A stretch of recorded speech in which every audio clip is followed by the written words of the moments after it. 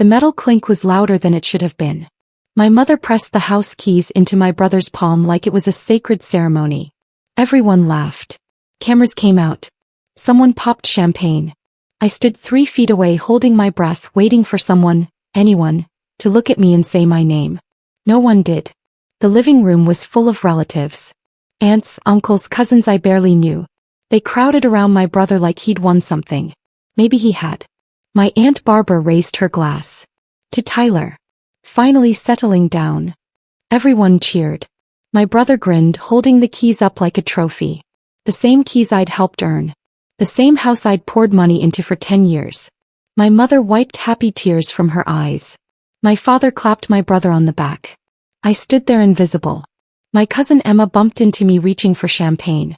"Oh, sorry," she said, then turned away without really seeing me.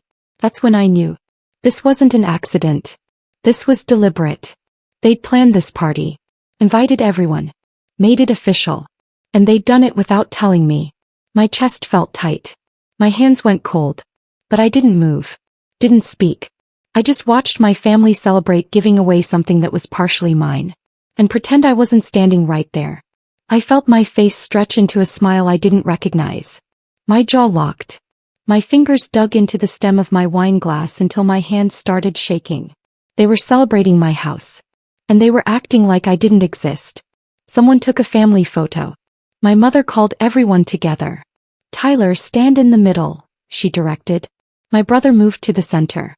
My parents flanked him on either side. I stayed where I was. Nobody noticed. The camera flashed. Once. Twice. 3 times. "Perfect," the photographer said.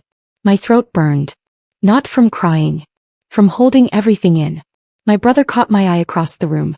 For half a second, something flickered in his expression. Guilt? Triumph? Then he looked away. That's when the anger started. Not the hot, explosive kind. The cold, calculating kind. The kind that makes you very, very quiet. My mother walked past me carrying a tray of appetizers. "Megan, grab more napkins from the kitchen, would you?" Not, "Congratulations." Not, "Thanks for everything you did." Just orders. Like I was the help. I set my wine glass down carefully on the table. Walked to the kitchen.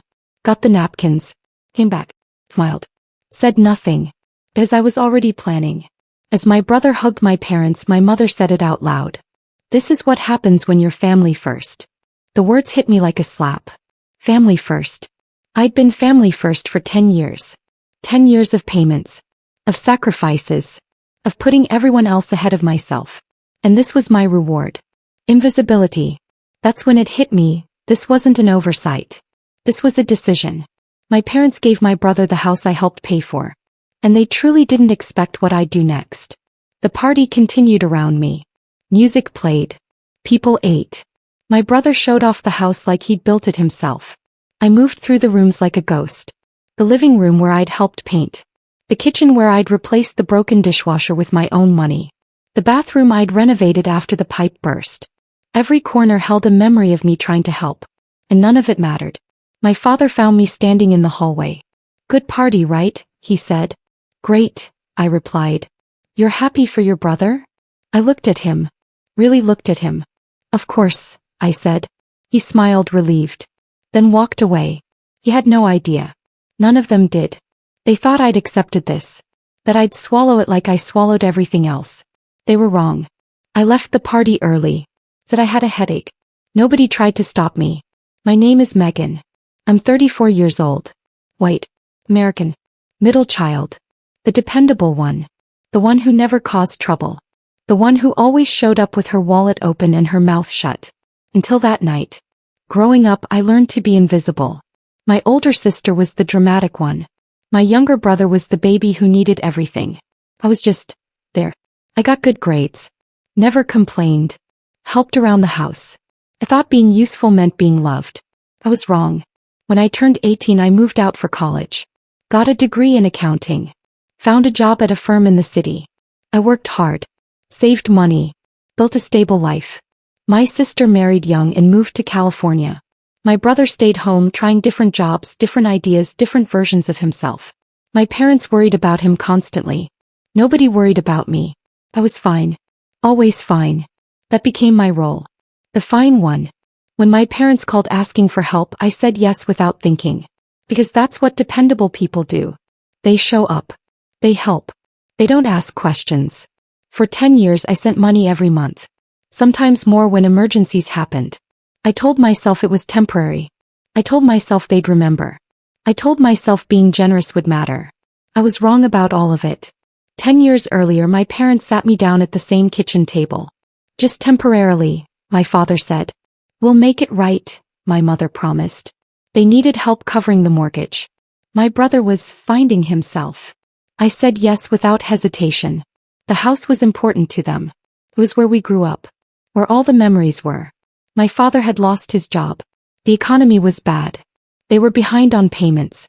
Just until we get back on our feet, my mother said. I was 24. Single.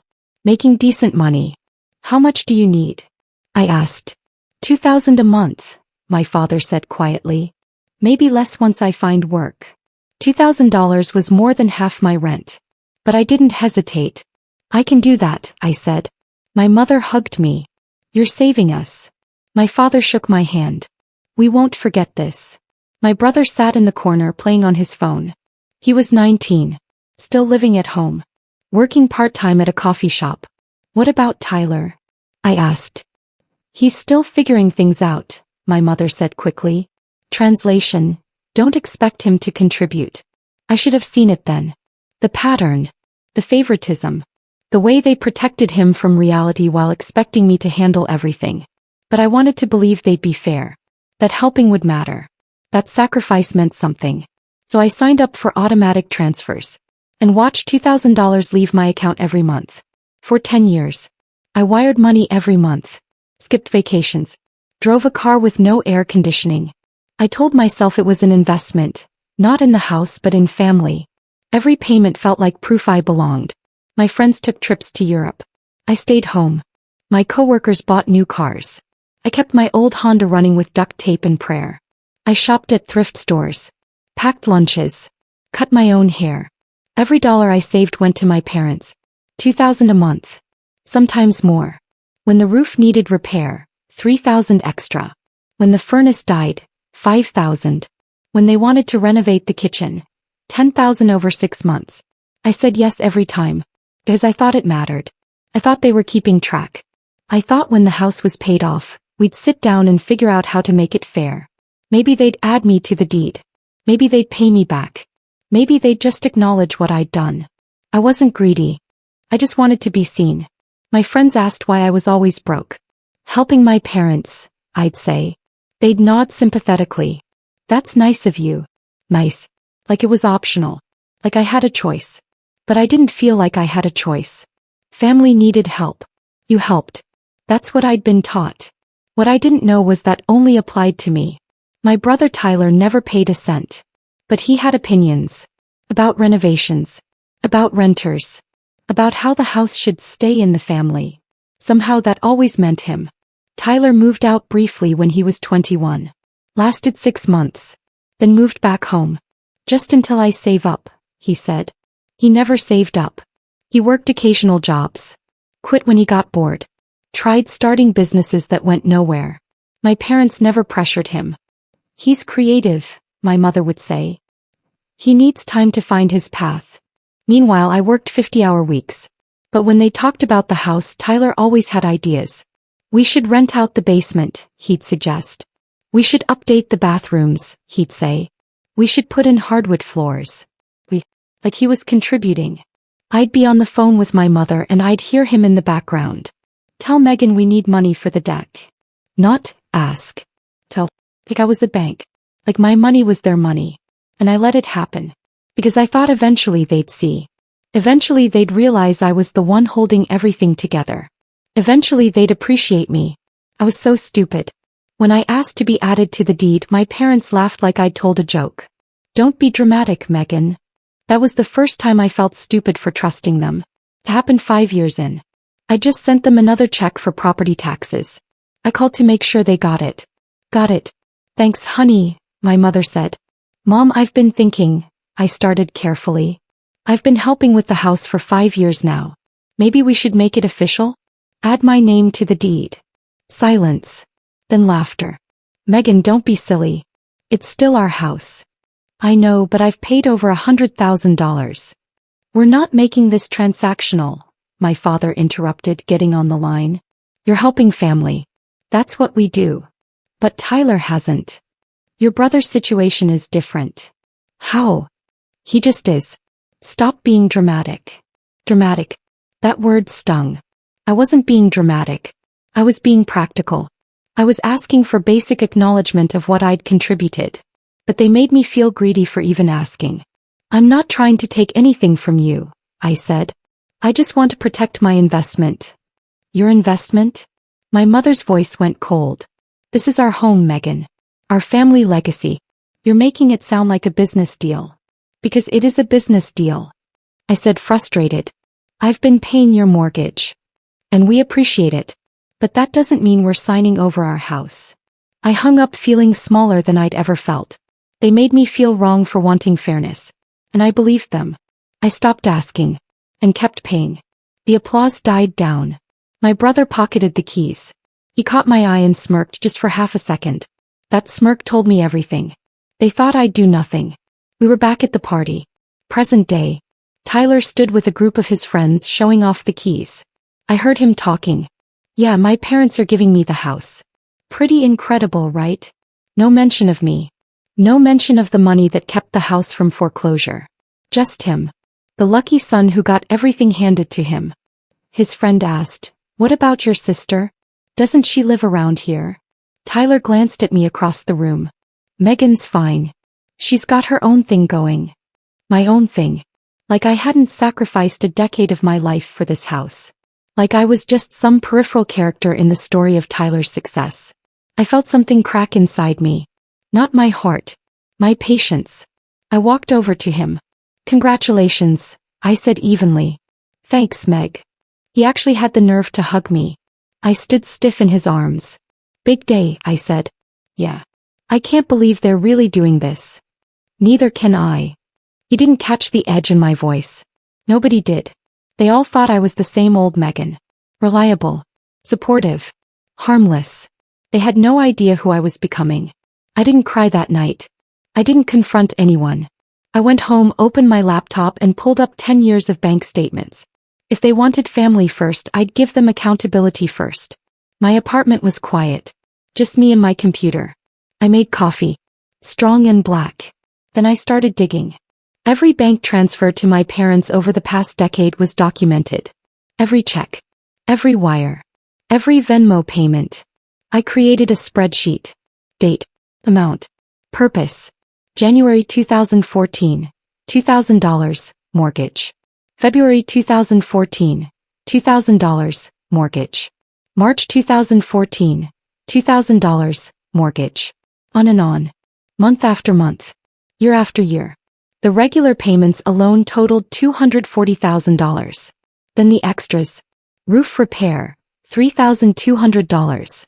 Furnace replacement, $5,800. Kitchen renovation, $10,000. New deck, $7,500. Plumbing emergency, $2,100.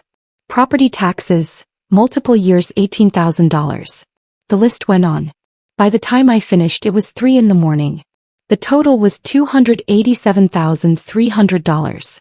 Nearly $300,000. I'd paid almost $300,000 toward a house my parents just gave to my brother. I printed everything out. Organized it in a folder. Highlighted the key numbers. This wasn't just about being hurt anymore. This was about evidence. This was about holding them accountable. This was about making sure they couldn't pretend I didn't exist. I labeled the folder clearly, House Contributions, Megan. Then I put it in my bag. And went to sleep. For the first time in weeks I slept soundly. Because I had a plan. For weeks I acted normal. I congratulated Tyler. I hugged my parents. I let them believe I'd accepted my place. Inside I was mapping exits. I showed up for Sunday dinner like always. Smiled at my mother's cooking. Laughed at my father's jokes. Asked Tyler how he was settling into his house. It's amazing, he said. I'm thinking about getting a dog. That sounds nice, I replied. My mother beamed. Doesn't he look happy? Very happy, I agreed. They ate it up. Megan's fine. Megan's always fine. I help with dishes. Asked about their plans. Acted interested. All while my folder sat in my car.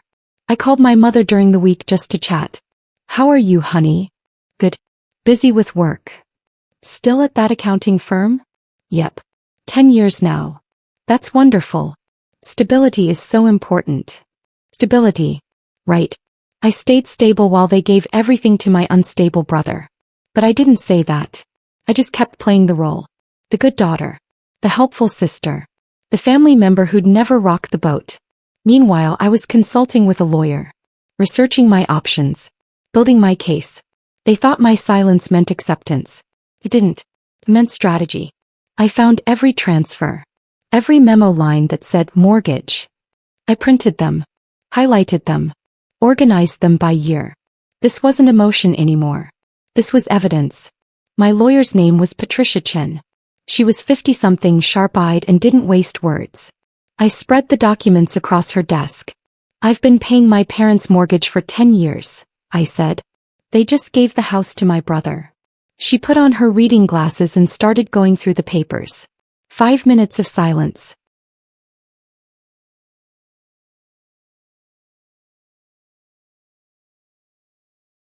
Then, did you have any written agreement with your parents? No. It was supposed to be temporary. Do any of these transfers mention equity, ownership, future repayment? I shook my head. She leaned back. This is going to be difficult. But not impossible? Not impossible. You have a clear paper trail showing significant financial contribution. The question is whether it was a gift or a loan. It was help, I said. They said they'd make it right. Verbally. Yes. She made notes. We can pursue this as unjust enrichment. They benefited from your payments. Now they're giving the asset to someone else without compensating you. What are my chances? Honestly, 50-50. Family cases are messy. But your documentation is excellent. What do I need to do? She smiled slightly. Be prepared for your family to hate you. They already don't see me, I said. What's the difference? At dinner I asked lightly. Hey, who's covering property taxes now? Silence. My parents exchanged looks. Tyler stared at his phone. That's when I knew they hadn't planned past the ceremony. We were at my parents' house. Sunday dinner. Week 3 of my performance. The question came out casual. Like I was just curious. But it landed like a bomb. My father cleared his throat. Well, technically the house is still in our name. So we will. But you're giving it to Tyler. Eventually. There's paperwork. I nodded. And Tyler, you're ready to take on property taxes? Insurance? Maintenance? My brother finally looked up from his phone. What? The costs of owning a house. You know, all the things that come with those keys. He looked uncomfortable. I mean, I'll figure it out. Property taxes are about $6,000 a year, I said helpfully. Insurance is another $2,000. Then there's utilities, repairs, general upkeep. I know, he said defensively. Do you have savings set aside? Megan, my mother interrupted. Why are you interrogating your brother? I'm not interrogating. I'm asking practical questions. He'll be fine, my father said. That word again. Fine. Of course, I said. I'm sure he will. But doubt had entered the room. I could see it on their faces. They hadn't thought this through. They'd made an emotional decision. And I just reminded them of reality. I stopped contributing. No announcement. No drama. Just silence. The foundation cracked immediately. The automatic transfers stopped. No fanfare. No explanation. I simply canceled them. For 10 years, $2,000 had left my account on the first of every month. Now it stayed. I didn't tell anyone. I just waited. Within 2 weeks, my mother called. Honey, I think there was a banking error. We didn't receive your transfer. I know, I said. I stopped sending them. Pause. What? Why? The house belongs to Tyler now. He should handle the expenses. But the transfer hasn't happened officially yet. Mom, you gave him the keys at a party. You made it official enough. Megan, we still have bills. Then Tyler should pay them. Her voice got sharp. You're really going to stop helping? Just like that. I helped for 10 years. I think that's enough. This is incredibly selfish. Selfish. That word made me smile. You're right, I said. I'm being selfish. For the first time in a decade. Your father and I are disappointed. I'm disappointed too. Bye, Mom. I hung up. My hands were shaking. But I felt powerful. For the first time in years I'd said no. And it felt amazing. 3 months later my mother called. Just a small gap, she said too fast. I told her I couldn't help anymore. My voice was calm. That scared her more than yelling ever could. Megan, please. We're behind on the mortgage. You should talk to Tyler about that. He can't afford. Then he can't afford the house. You're being cruel. I'm being honest. My mother's voice cracked. We could lose everything. You already gave everything away. To Tyler. Remember. That's not fair. No, it's not. But here we are. Silence on the line. Then, what do you want from us? Finally. The right question. Nothing, I said. I don't want anything from you. Then why are you doing this? Because you taught me that family comes first. And I'm finally putting myself first. That's not what that means. That's exactly what it means. Goodbye, Mom. I hung up. That conversation changed something. I wasn't angry anymore. I was free. They'd spent years telling me to be responsible. To be reliable. To put family first. And now that I was putting myself first, they called it cruelty. The irony was beautiful. Tyler missed his first mortgage payment. Then his second. Turns out pride doesn't pay utilities. My parents called him into emergency meetings. I heard about it through my cousin Emma, who heard it from our aunt. Tyler had lost his job. He'd been working at a marketing startup. It folded. Now he had no income and a house he couldn't afford. My parents tried to cover the gaps. But without my $2,000 a month they were stretched thin. My father was retired. My mother worked part-time at a library. They didn't have the cushion they'd relied on for 10 years. That cushion had been me. Tyler put the house on a rental listing. Tried to rent out rooms to cover costs. But he'd never been a landlord before. Didn't screen tenants properly. Ended up with people who didn't pay. The property taxes went unpaid. Late notices arrived. My mother called me crying. We're going to lose the house. Sell it, I said simply. We can't. It's our family home. Then figure it out. How can you be so cold? I'm not cold. I'm just done being used. She hung up on me. They asked me to come over. Sat me down like I was the unreasonable one. I slid the folder across the table. No yelling. Just facts. The folder landed with a soft thud. My parents stared at it. Tyler sat beside them, arms crossed. What's this? My father asked. Documentation, I said. Of every payment I made toward this house over the past 10 years. My mother opened it slowly. Her face went pale as she flipped through pages. Highlighted numbers. Bank statements. Canceled checks.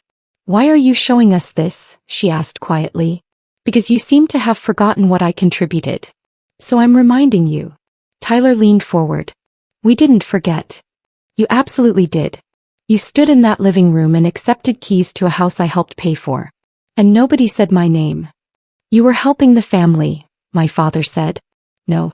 I was being used by the family. My mother closed the folder. What do you want, Megan? I want acknowledgement. I want fairness. And I want repayment. Repayment. Tyler laughed. You can't be serious. I looked at him. Really looked at him. I'm completely serious. That's insane. That money was a gift. Was it? Because nobody ever said that. You all just assumed I'd keep giving forever. My father stood up. We're not giving you the house. I don't want the house, I said calmly. I want what I'm owed. My father went pale. Because I didn't ask for the house. I asked for reimbursement. And interest. How much? My mother whispered. I pulled out a single sheet. The summary page. $287,300. Principal amount. Silence. With reasonable interest over 10 years, we're looking at approximately $325,000. Tyler slammed his hand on the table. That's impossible. It's documented, I said, pointing to the folder. Every payment. Every check. Every transfer. It's all there. My father's jaw worked. You said you were helping. I was. But I wasn't gifting you $300,000. That was never discussed. We don't have that kind of money, my mother said. Then sell the house. The words hung in the air. Tyler stood up. You're trying to take our family home. No. I'm trying to recover what's mine. You're welcome to keep the house. Just pay me back. With what money? I shrugged. That's not my problem. My father looked old suddenly. Tired. You'd really do this? You'd really destroy this family over money? You already destroyed this family. When you chose Tyler over me. When you made me invisible. When you took advantage of my generosity for 10 years. We never meant. I don't care what you meant. I care what you did. I stood up, leaving the folder on the table. You have 30 days to respond.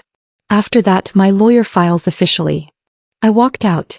Behind me, I heard Tyler shouting. My mother crying. My father saying nothing. I didn't look back. They laughed. Said I wouldn't dare push it. That's when I stood up and said, I already filed the claim. 3 weeks passed. No call. No text. Nothing. They thought I was bluffing. So I did exactly what I said I'd do. My lawyer filed an unjust enrichment claim. Legal papers were served. My parents had to hire a lawyer.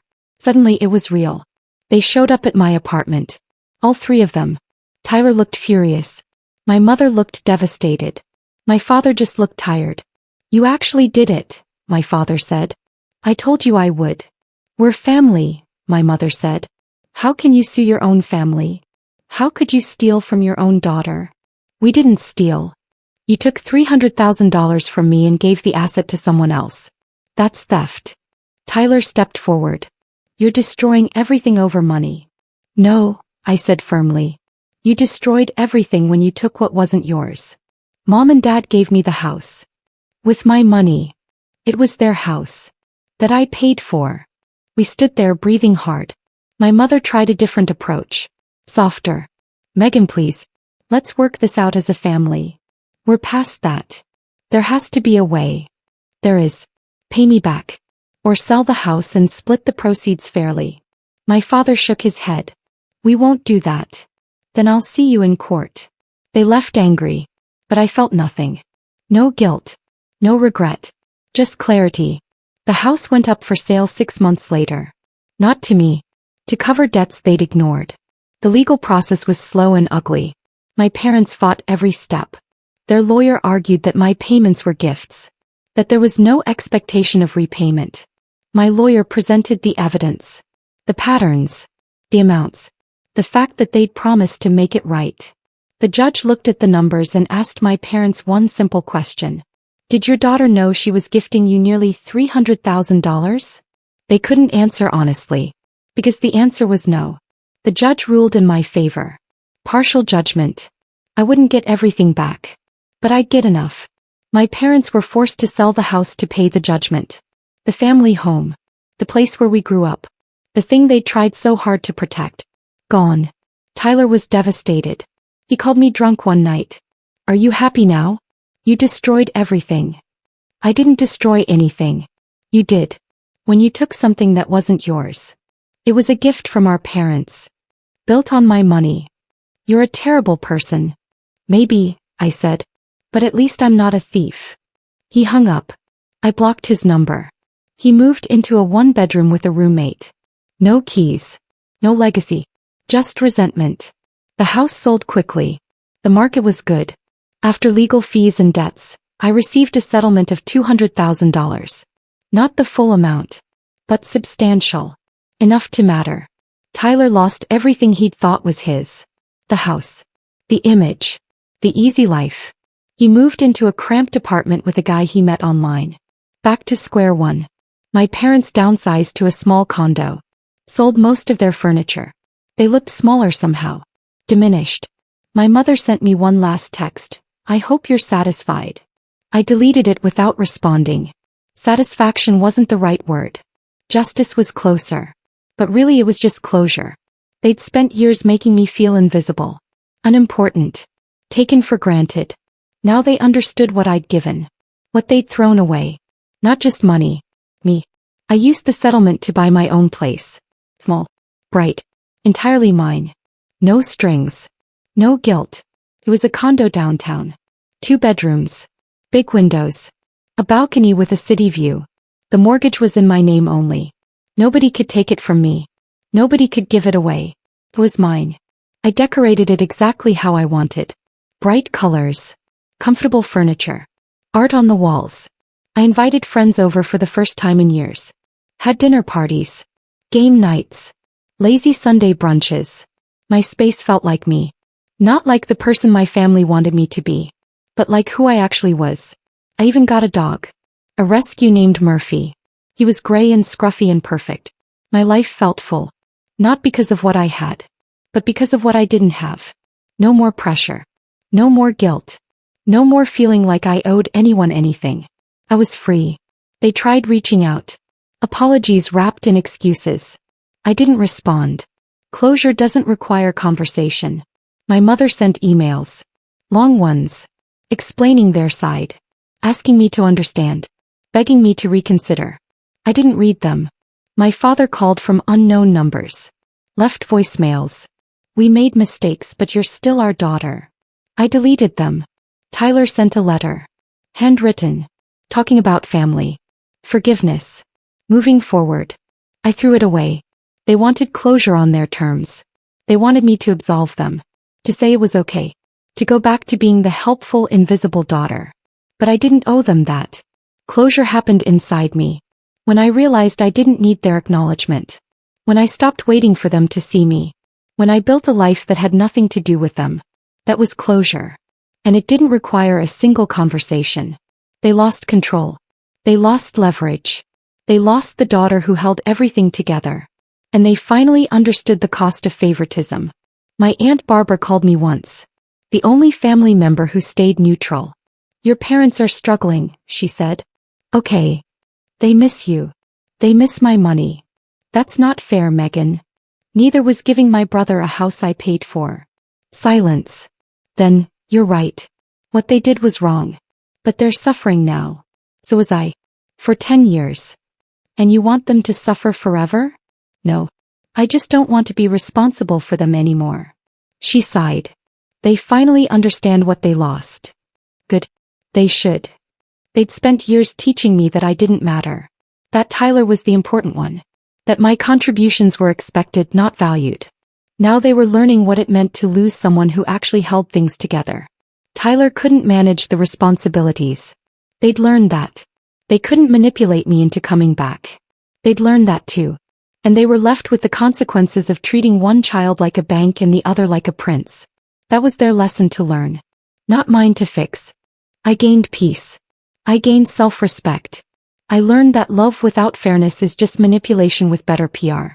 And walking away, calmly, cleanly, permanently, was the most powerful thing I ever did. 2 years after the lawsuit, I'm living a completely different life. I wake up in my condo. Make coffee. Take Murphy for a walk. Go to work at a job I actually enjoy now that I'm not constantly stressed about money. Come home to a space that's entirely mine. I have friends. Real friends. People who see me. Value me. Don't take me for granted. I started dating someone. His name is Alex. He's a teacher. Kind, thoughtful, present. When I told him about my family, he didn't judge. He just said, you did what you had to do. That takes strength. Strength. Not cruelty. Not selfishness. Strength. That's what it was. I look back at the girl who stood in that living room watching her brother get handed keys to her house. She felt invisible. Worthless. Stupid for trusting. But she wasn't stupid. She was just done. And being done was the beginning of everything. I don't hate my family. I don't wish them harm. I just don't carry them anymore. They made their choices. I made mine. They chose favoritism. I chose freedom. They chose to take advantage. I chose to take my power back. They chose to ignore me. I chose to ignore them back. And in the silence between us, I found myself. The version of me that doesn't apologize for having boundaries. That doesn't feel guilty for protecting herself. That doesn't equate being used with being loved. I learned that family doesn't mean accepting mistreatment. That generosity shouldn't require invisibility. That walking away isn't giving up, it's growing up. My parents gave my brother the house I helped pay for. They thought I'd accept it quietly. Smile through the pain. Stay small and helpful and invisible. They were wrong. I stood up. Spoke up. Showed up for myself. And that changed everything. Not just for me, but for anyone who's ever been taken for granted. Anyone who's ever felt invisible in their own family. Anyone who's ever wondered if they matter. You do matter. And sometimes proving it means walking away from people who refuse to see it. That's not cruelty. That's self-respect. And it's the best inheritance I could have given myself.